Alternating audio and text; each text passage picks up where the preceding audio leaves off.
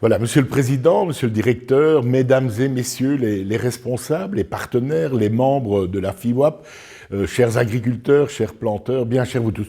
J'aurais vraiment souhaité être des vôtres à l'occasion de ce 30e anniversaire. Malheureusement, l'agenda ne le permettait pas, raison pour laquelle je me permets de m'adresser à vous à distance.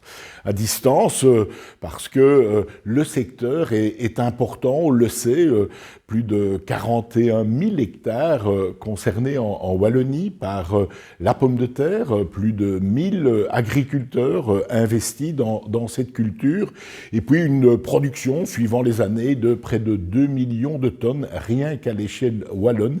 C'est vous dire toute l'importance du secteur, bien sûr pour les agriculteurs, mais en ce qui concerne l'ensemble de la filière, à la fois du commerce des intrants, de la transformation, de la valorisation de nos produits, que ce soit sur le marché belge ou à l'international. Et l'international est essentiel puisque, vous le savez, la Belgique est le premier pays exportateur de produits au départ de la pomme de terre. C'est plus de 150 pays qui sont destinataires de nos productions. Dans ce contexte, le niveau national est lui-même important.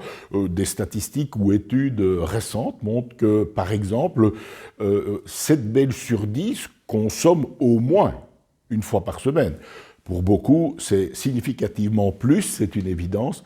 7 Belges sur 10, au moins une fois par semaine, des produits au départ de la pomme de terre. Notons aussi que plus de la moitié des personnes sondées souhaitent aussi pouvoir consommer des produits belges, des produits de chez nous. Voilà des statistiques qui sont intéressantes.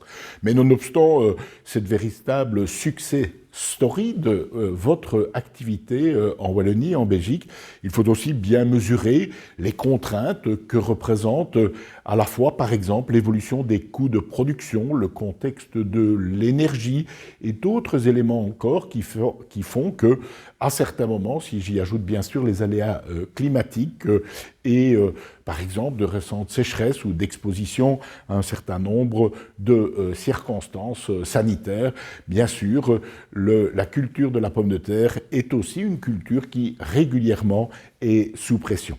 Nonobstant cela, et dans ce contexte, bien sûr, nous souhaitons soutenir le secteur. Et ce fut, par exemple, le cas à travers le projet Patate Up, qui a lui aussi trouvé sa place dans le plan de relance wallon, doté d'un peu plus d'1 million d'euros.